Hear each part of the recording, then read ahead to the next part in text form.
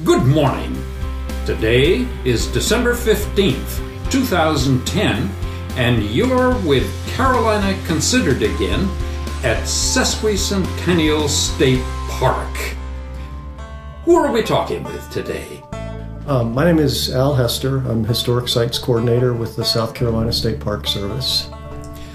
Thank you for your time today, Mr. Hester. I know you're busy, and also special thanks for coming clear out here to Sesquicentennial in order to have this conversation. I wonder if we could begin, as we often do, with a sort of personal question about where were you born and raised? Sure. I was born in Dallas, Texas, and grew up in Athens, Georgia, and have spent most of my life now in Georgia and South Carolina, but have also lived in the upper Midwest in New England. And where did you go to school, if I may ask? I went to Bowdoin College in Brunswick, Maine for undergraduate, and then I went... Oh, that's an excellent institution. It was fun to go there. It was a really, really beautiful place to go to school. And then I went to the University of South Carolina through their public history program, where I got my master's degree a few years ago. What is public history?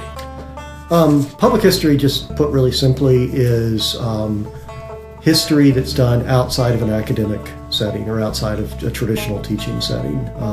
Most historians teach in a university or teach in school or maybe write books about history. That's traditional history. Public historians are historic preservationists, they're museum curators, they're archivists, they do documentaries, they go out and do history out in the public, hence public history. So a public historian is a historian who has some actual contact with the public, then. Yeah, and I mean there are traditional historians who have a lot of contact with the public. Walter Edgar is a good example. He's a public historian in that sense. But I guess in the profession of public history, you learn about the craft of doing history, but you also learn about how to do technical things like preserve historic buildings or catalog historic records. That's sometimes, has its own technology and its own technical systems of getting it done. When did you come to the Park Service, and why did you pick the Park Service rather than a museum or another institution? Right. Well, I've always been interested in parks, and one of my first jobs was as a seasonal park ranger with the National Park Service. And oh, really? Where? Well, I worked, the first job I had was at St. Gaudens National Historic Site, which no one's ever heard of. It's in New Hampshire, and St. Gaudens was a sculptor.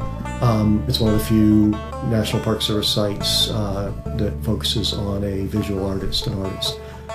But I also worked at natural areas and just really like the idea of doing both history, but also doing it in a setting where you could get outdoors and, work with natural resources as well. So sort of like being an interpretive ranger.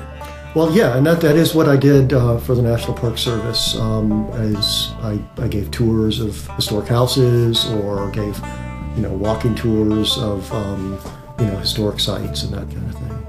Well, that's an interesting background. And when did South Carolina snag you?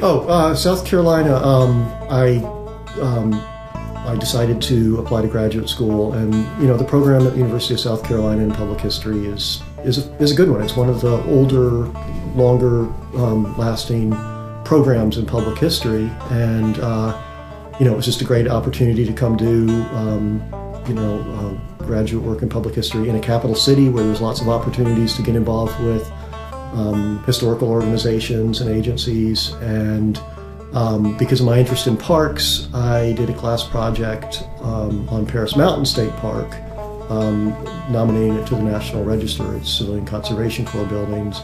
And then that eventually led to applying for this job when it came open. And feel really fortunate to be in this job because it's so widely varied. I get to travel out to the parks. I get to do a variety of things related to museums and historic sites, and work with great people and great resources.